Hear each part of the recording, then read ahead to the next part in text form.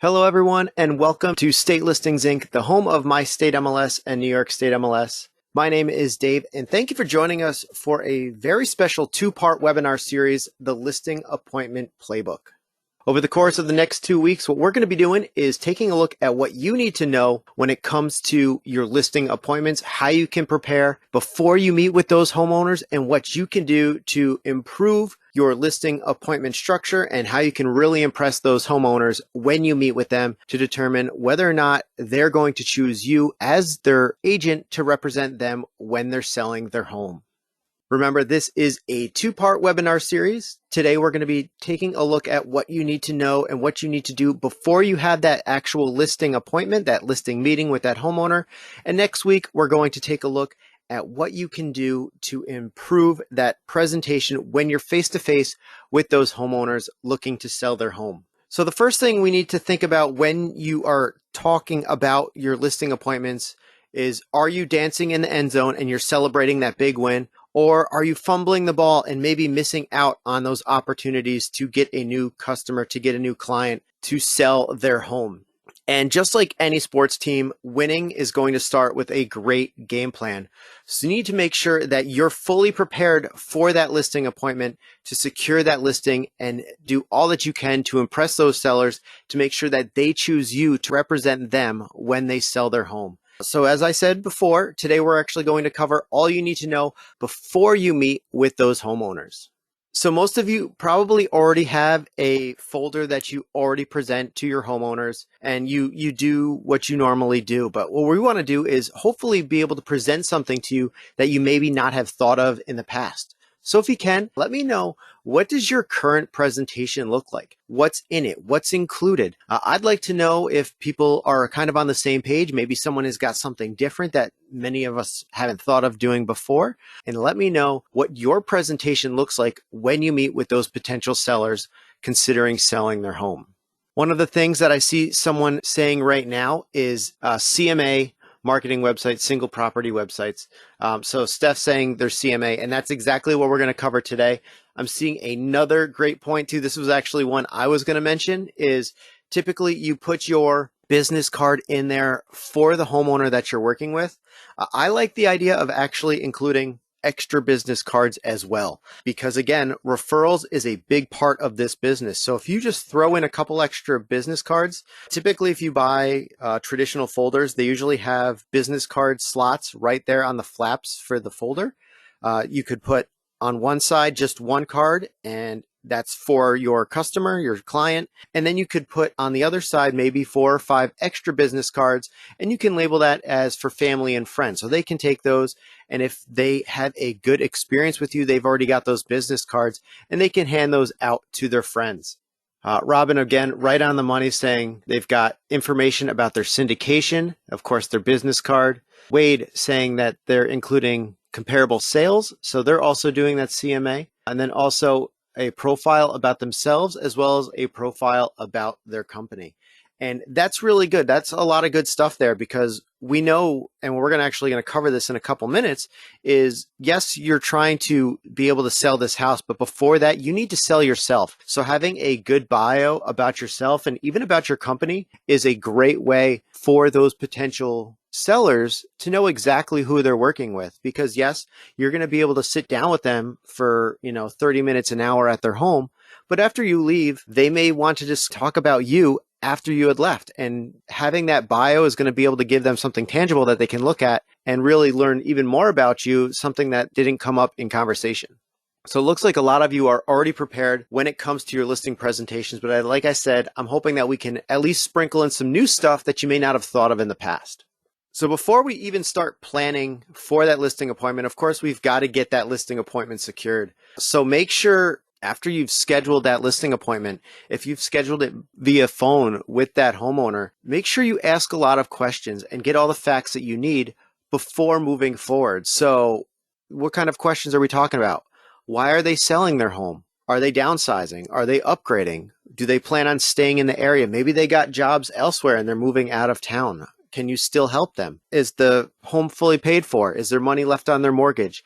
How much money do they plan on walking away with after the sale of their property?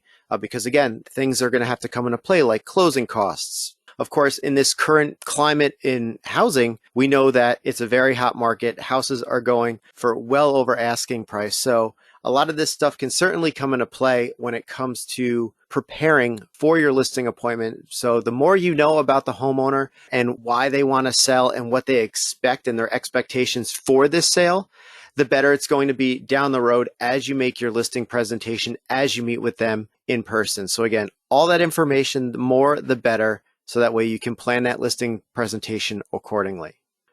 So today we just want to kind of go over the listing presentation checklist. This is all the stuff that you should have in your folder, have in hand before you meet with those potential clients, with those homeowners. So you have everything laid out and you have all the information you need to give to them so they're confident in you as being their next real estate agent. So again, as many of you already said, you're going to be already offering that CMA. That's that comparative market analysis where you're going to pull up comps of current active listings in the area as well as recently sold listings so you can come up with that suggested listing price for the home.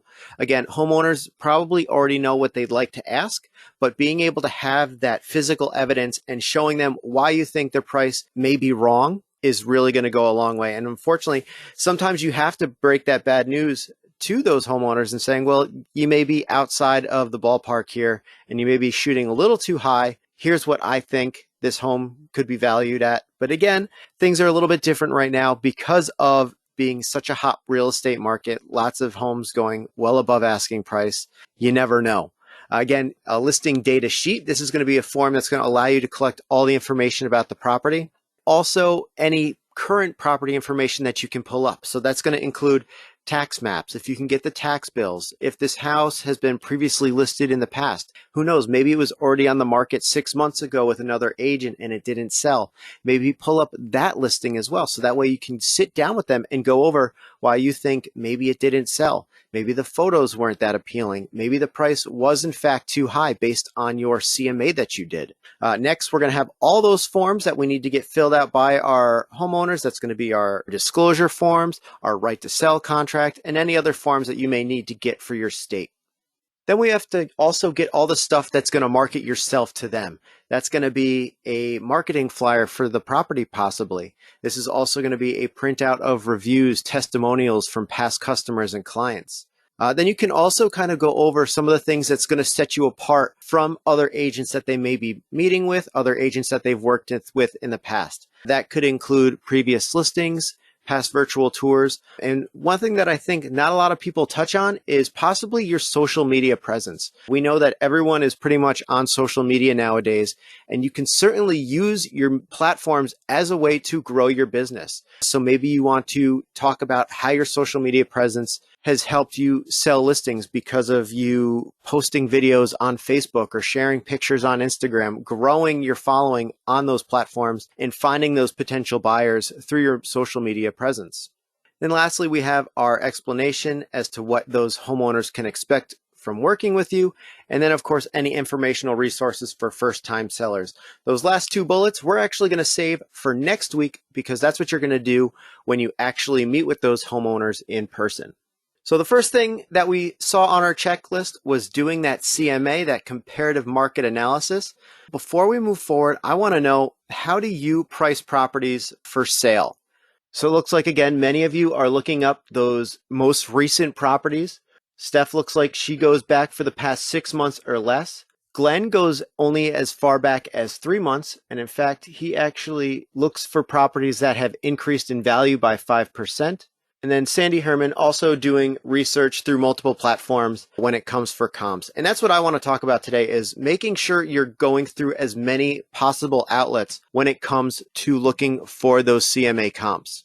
So let's just talk about that CMA and why pricing a property beforehand is certainly important. So when you meet with that seller for the first time, you've got to help them grow their confidence in you and your ability to sell their home.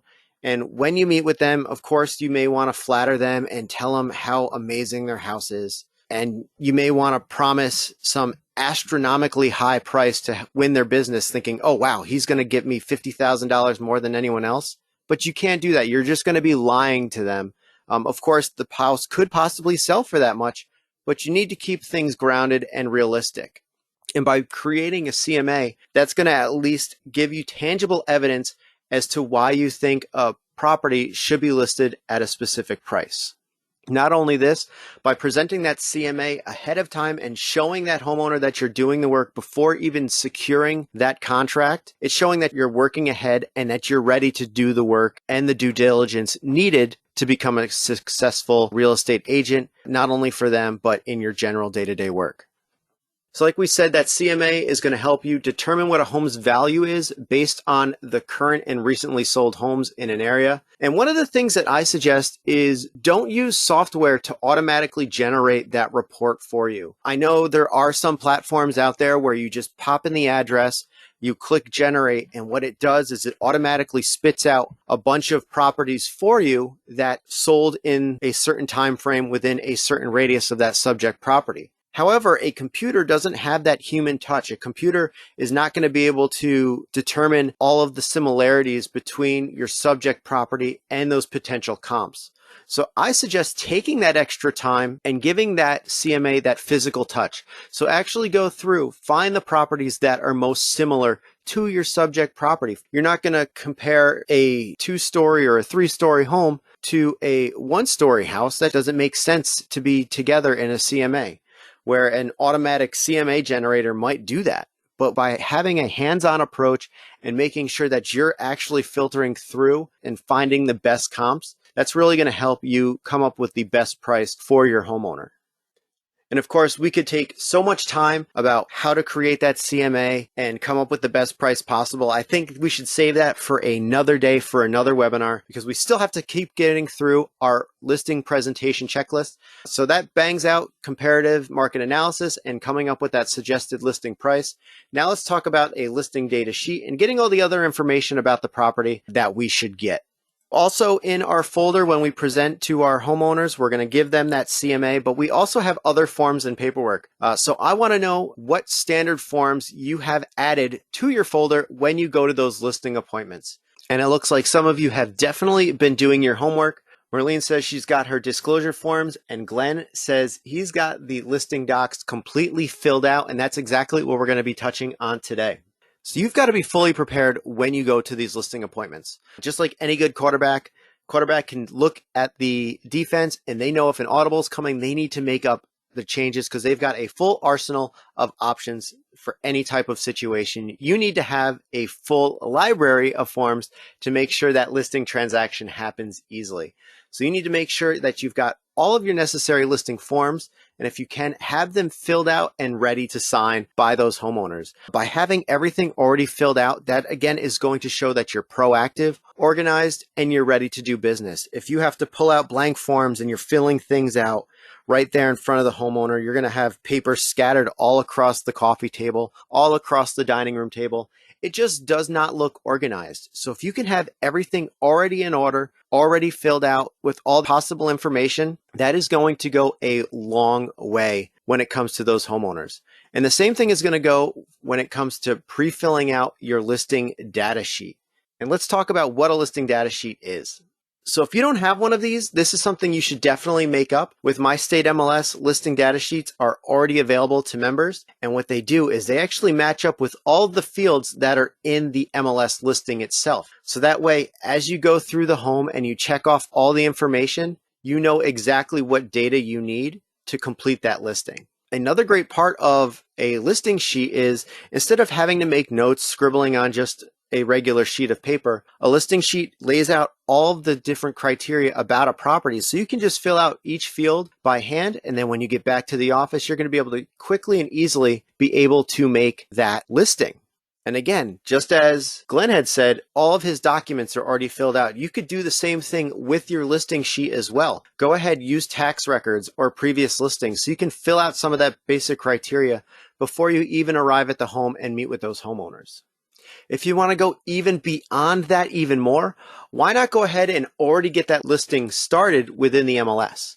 So what you can do is you can take tax records, you can do a drive-by and take a photo of that home. So that way you can go back to your MLS account, and with MyStateMLS members, you can just go ahead, create that listing, save it as a draft, and you can actually go ahead and print up a brochure, and you can present that right to the homeowners before they even sign a contract saying, this is what a listing would look like. Here's a brochure that we can hand to potential buyers if we do some walkthroughs, if we do some open houses. Here's a brochure with all the different photos. And again, this is showing those homeowners that you're on top of your game and you are ready to do business and you are serious about making them your next client.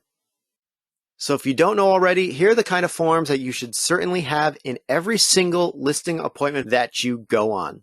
Of course, that's going to be your exclusive right to sell, any disclosures, things like lead paint disclosures, agency disclosures, all those types of things need to be included in your folders. Then again, you can also speed up the process. As many of you have already mentioned, you have things already filled out.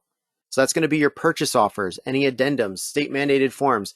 If you can, even have the homeowner fill some of those out already. So if you need to have an offer received form filled out or an offer accepted form, already have the homeowner sign those. So that way, if you send something to them electronically and they say, all right, that looks good, let's go for that. We accept that deal. Instead of having to send them another document, you've already got one signed. You can just fill it out and you can send that over to the buyer's broker, and then you can just speed up the entire transaction as quickly as possible.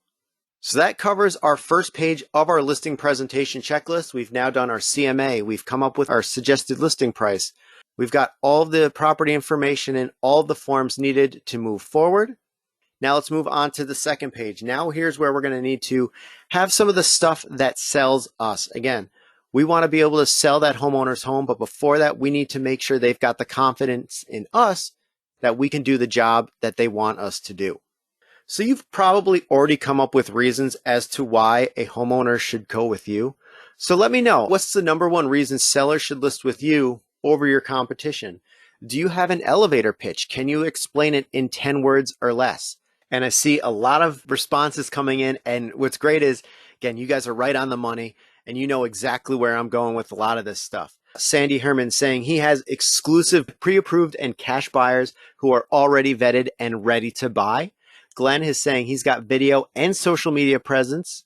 Robin's saying they are a neighborhood expert. And Jay Paul is saying he's got a great success with past clients. And having those things that you can tout and brag about yourself a little bit. I don't want to say brag, humble brag, but you need to really set yourself apart from your competition because you need to be able to put in confidence to those homeowners that you are prepared and ready to do the job. So what do we mean? You are the product. So yes, we're going to be selling the home, but instead of taking time flattering those homeowners about the attractiveness of their house, you need to focus on why you're the best candidate to help them. And one of the best ways to do that is your past successes. And how do those fit in with their needs from you as a real estate salesperson? So again, a lot of you people saying, talking about your experiences, your past sales. So you've got testimonials. Jay Paul saying they've got letters from referrals from past clients. All this stuff is so good. So again, reviews are going to be key. Over 3/4 of consumers say that information from past buyers, like reviews, help them make their purchase decisions. And that's what you need to keep in mind when you're meeting with those potential clients. So you can have a super flashy sales pitch with laminated documents, a very nice glossy folder, but none of that is going to matter if you can't back up what you're selling with great reviews and references from the people you've worked with in the past. So if you can, maybe print up your Zillow reviews, print up reviews that are on your website. If you've gotten recommendation letters from past clients and customers, print those out. Maybe even have a special page on your website that has some of your best reviews from past clients and customers. Create a flyer with those reviews.